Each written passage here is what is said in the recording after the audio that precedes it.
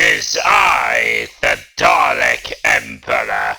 Welcome to another Dalekcast. Our first question comes from... Did, Skaro abandon during a What? Did Skaro was abandoned... What? What's that supposed to mean? Explain yourself. During a paradigm era... Yes is the only answer I can have. If you did anything with Riley HYS face, what would you do? Okay, odd question. Moving on. A bit of a weird question, but okay. Super Mario Logan movie, Shrek bathroom problem.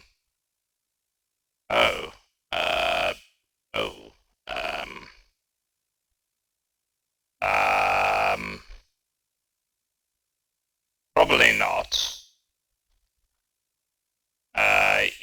Yeah, probably not, considering, if it's a re-upload, I don't want my video to be taken down because of it.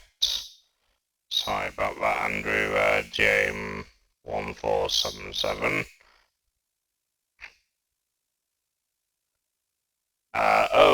My reaction. Olverding has commented his reaction. Come on, man!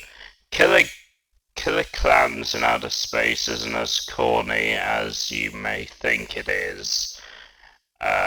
It's definitely worth watching. It does have plenty of nightmarish, traumatizing, and truly scary scenes that leave you both entertained and terrified beyond belief. Take my word for it.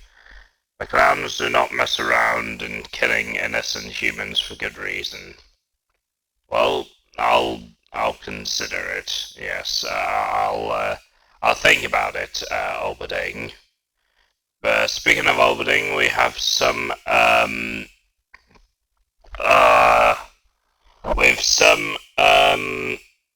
Dalekcast reactions to react. For me to react to, we have Abrahams versus T14 Matter. Tang Battle War Thunder be like, it's a 1 minute animation, and then we have Lego World War II Tang Battle, that is again 1 minute long. We have another that is 1 minute long, it's called Man Stand, made by Winglet. And the last is a Evolution of Tang's Misty Studio. It's about a 9 minute video and was made by Misty Studio. Credit will go to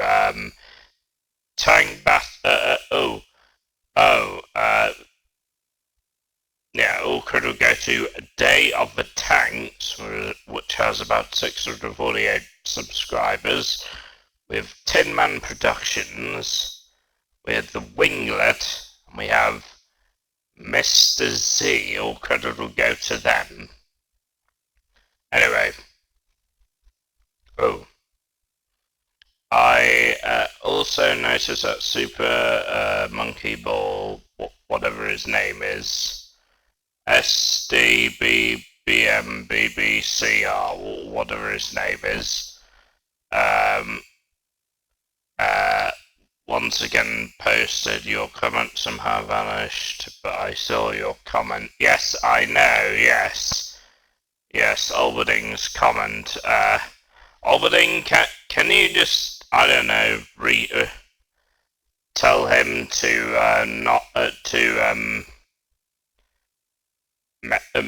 send him a message, because it is kind of asking about it quite a lot, and I don't know why he persists. to continue to ask you the same question and everything. I don't know why. But anyway, my fellow subjects, let's have a look at the videos now. Okay, I just realised what the winglet video is all about. It's man as in MANN, another TF2 animation. I love TF2. Let's observe it.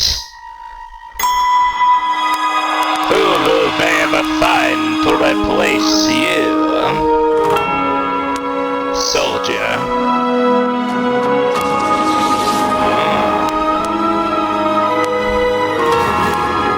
Gentlemen, synchronize your death watches.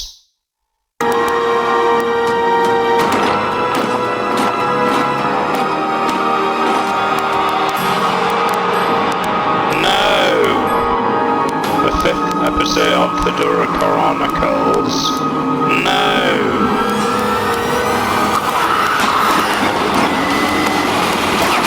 Oh no.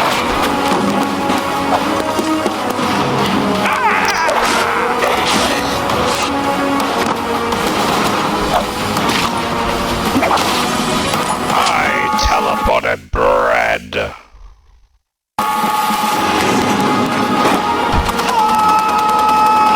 Try, Scout.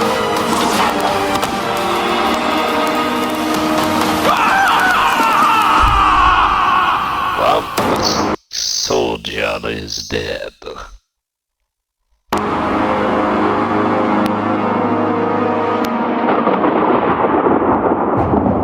Coming eventually, really. Well, you know, I'll definitely be looking at that.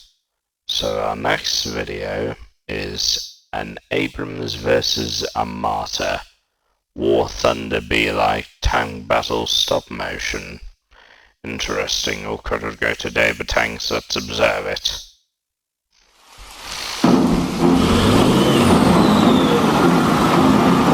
Ready up. Driver ready. Gunner ready. Loader ready.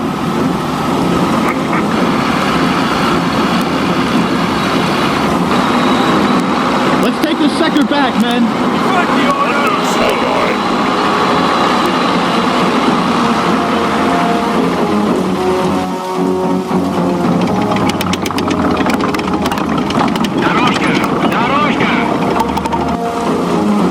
So I'm guessing this is basic war. Hey, 1 o'clock. Range. The target has been spotted! Load, say load. I see. Ready! Loaded! Monitoring the target. On the way. Yeah, very good.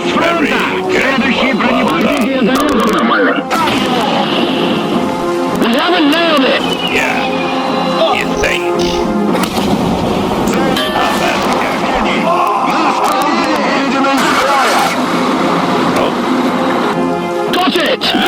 These sounds of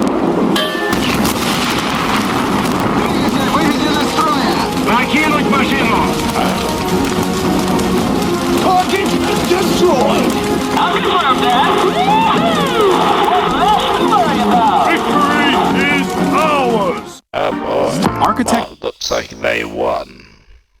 and interior So design? this next video. Find a 3D designer today. Oh. Wait, I thought I already reacted to this, but this is World War II Tank Ambush Tin Man Productions. So could we go to him? I'm pretty sure I reacted to this previously. Did I? My memory escapes me.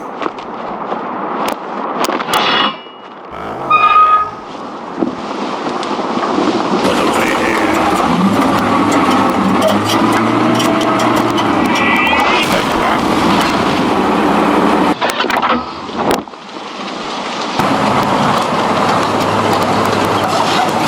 Oh, well there.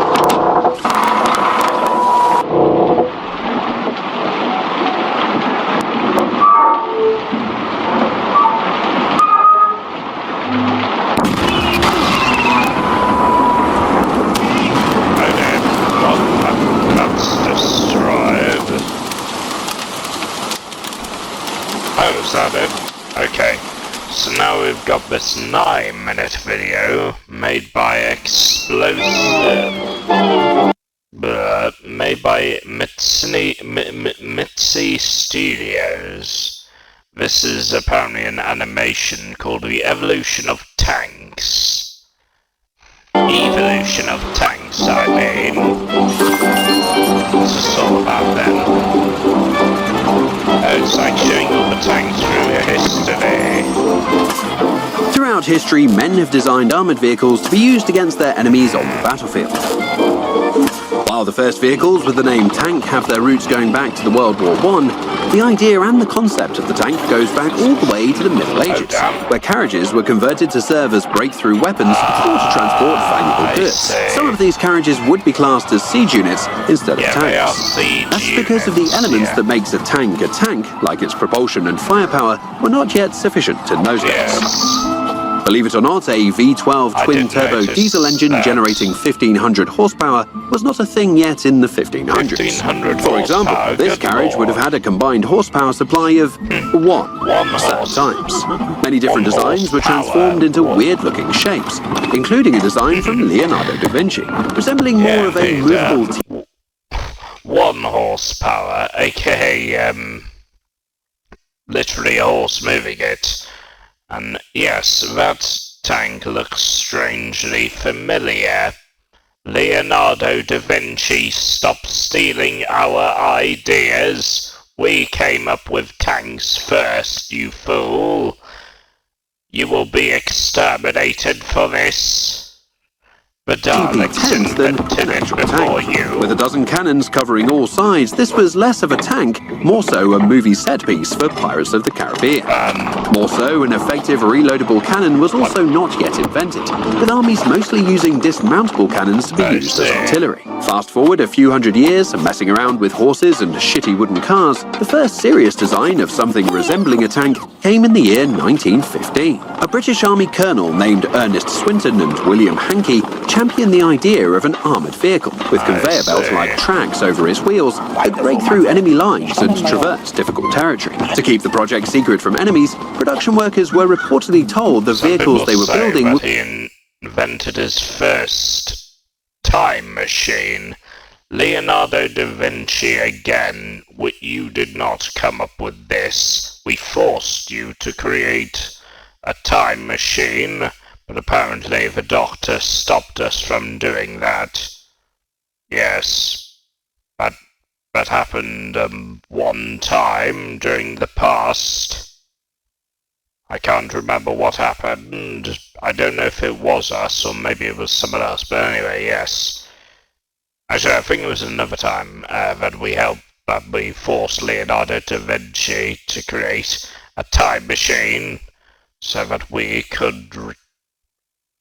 some Daleks could return to their own time and create a new form of superior Dalek super soldiers. Would be used to carry water on the battlefield. So, the shipment containers were labelled with the name Tank. I guess it is getting a bit obvious now where the name Tank came from. You're welcome. The first tank prototype was getting the name Little Willie. Yes, a very well-suited name that just shouts out fear, chaos, and destruction. Little Willie was slow, broke down easily, and was banned in crosswalks. Sus. Well, why was it called that? That is very funny. And very dumb. That is a dumb name. Thank God they improved their names. Trenches, which was a pretty fundamental issue in World War I. By 1916, Little Willie was followed by Big Willie, which had similar issues. Nevertheless, people saw its potential, so further improvements were made on the design of the Big Willie Mark I. This resulted in the first successful large-scale tank maneuver during the war, with 400 tanks capturing 8,000 German troops and more than 100 field guns. With this successful win, the story of the arms race had begun, with Germany developing a new tank model to counter these threats. The German A7V Sturmpanzerwagen, yes indeed, a better name than Little Willie, emerged on the battlefield.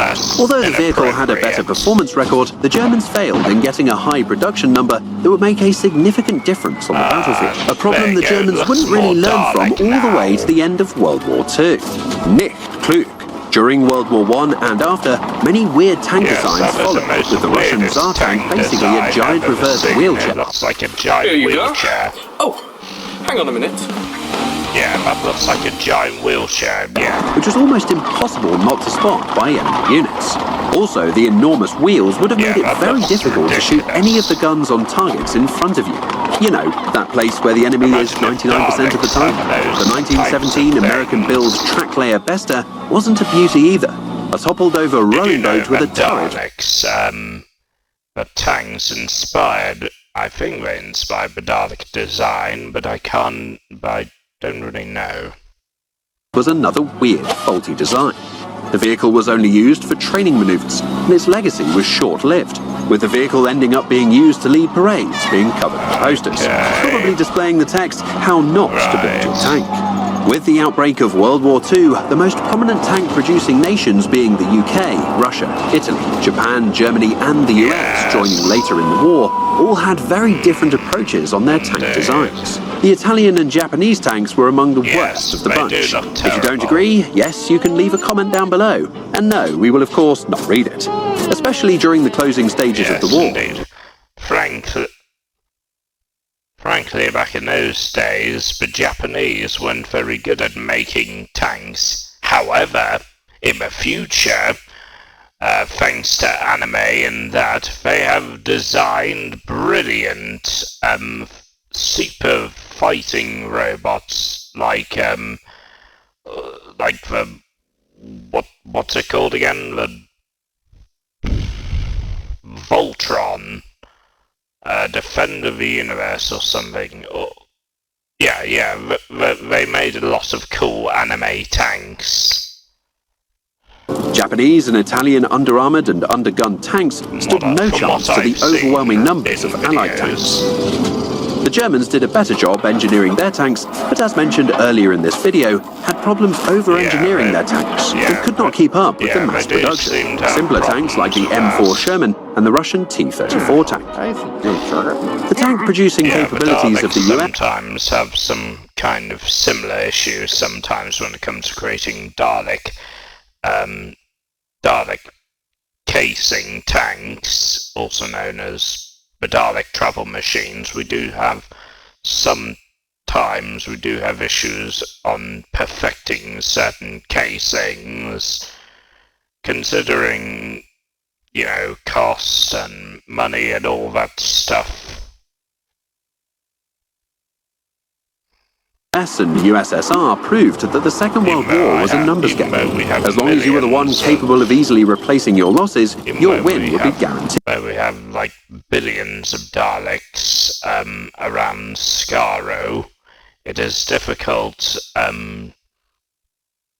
well, nowadays it's difficult to produce some because of our cost being low.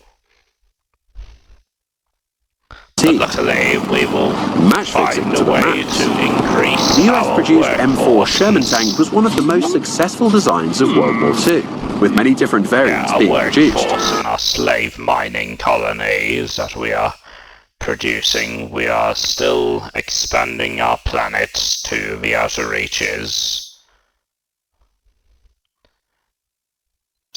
But yes, we are still continuing to work on casings. It's just, it seems mass producing them does seem to have a bit of a heavy toll on financial problems. The tank was fast, easy to drive, easy to maintain, and was easy to replace if the tank was destroyed. Although that last one probably did not comfort the crews a lot. No shame. Well, yeah. The USSR designed the ultimate tank of the war, the T-34, and later the T-34-85 hit a staggering production total of more than 84,000 units, which is a lot. You can make your tank as fancy in design as you want. If you encounter 84,000 enemy tanks, you can probably Barbaros all the way back to where you came from, humiliation style. This does not mean the Russians did not have their fair share of stupid designs. One weird Russian invention, the Antonov A-40, was basically a set of wings with a strap-on tank to pilot the whole thing. In order to keep it flying, it had to be stripped of all its ammunition, so you ended up with a tank with no ammo. Great idea. World War II had more weird tank designs, Well with some being very successful and others being complete shit. The British converted many tanks to be used for the D-Day landings, naming them Hobart's Funnies. Okay. You had an amphibious Sherman DD swimming tank. You had the Crab Sherman, used to bitch slap mines into the air. You had the Crocodile Churchill. Yeah, in case you're wondering, yes, the Daleks have had something similar to that weird, like, combine harvester looking thing. Well, it was more like one of the Dalek appendages, basically, where it basically harvests petrified wheat so that the Daleks can facilitate it for basically personal needs such as food and that. To flamcook the Germans out of their bunkers. Another Churchill variant had a 20-kilogram mortar attached to the turret. Again, something unpleasant to be on the receiving end of. The Germans also had their special tank designs, with most of them being far more impractical, mostly because of Hitler's over-the-top mindset. An example of this was the development of the Mouse tank, a gigantic heavy tank weighing 188 tons, and using 16 to 17 litres of fuel for just 1 kilometre. Luckily for the Germans, they had plenty of fuel to go around by the end of the war. But that was a joke. They did not. And so the Mouse tank never saw any action and were found mostly blown up by the Germans themselves. If you think the Mouse was over the top, say hi to this absolute monster. The Landkreuzer P-1000 the latter, basically a battleship, but then on land. Another crazy drug-tripping Hitler fantasy with basically no tactical or... Yeah, that looks something you'd see in Captain America First Avenger. There's like a colossal tank in that one that Cap blew up. Military value whatsoever. The P-1000 latter was designed to house naval guns on a giant armoured chassis. The project was quickly terminated when they found out the P-1000 latter would be too big of a target to enemy air units, which sounds also like a too big of an understatement to me. During the last phases of the war, the US introduced the Pershing tank, and after the war, the US further developed tanks. The most numerous were the Patton tanks, after which followed the Sheridan tank, many other models, and eventually the tank that is still in use today, the M1 Abrams heavy tanks. They have served in the Gulf War, the war in Afghanistan, the Iraq War, the 2011 Egyptian Revolution, and multiple other theatres of war. The Russians kept producing new T variants, including the T-54 and later the T-72, followed by the T-90, which are doing great in Ukraine right now. A tank that might perform better in Ukraine could be the T-14 Armata, but for some reason the Russian government has not produced significant numbers of the T-14 yet. Basically, why would you want to send capable tanks to Ukraine anyway? Their tactic is to let their tanks be blown up, so their flying cupolas become additional artillery to pummel the enemy. Maybe in the near future we will see how the German Leopard tanks will perform, or their latest 2022 Panther tanks. By the way, interesting name for a new tank, considering the Germans are always so itchy with everything relating to their past. And yet, they can now just copy-paste Nazi tank names straight from World War II like it's a fucking Call of Duty game. For now, it looks like Ukraine will become more and more the world's largest testing ground for new weapon systems, both for Russia and the West. It might tell us more if the role of the tank will remain significant in the future. Or will it become completely obsolete? Time will tell. Check out our new store for cool Mitzi merch, or join our Patreon community. Every month. I enjoyed that. Thank you, Misty Productions. If you enjoyed this, please remember to subscribe for more. See you all in the next video then. Farewell. Thanks all for the enjoyable video today. Don't forget to click below to subscribe to the official Dalek Empire, or you will be exterminated.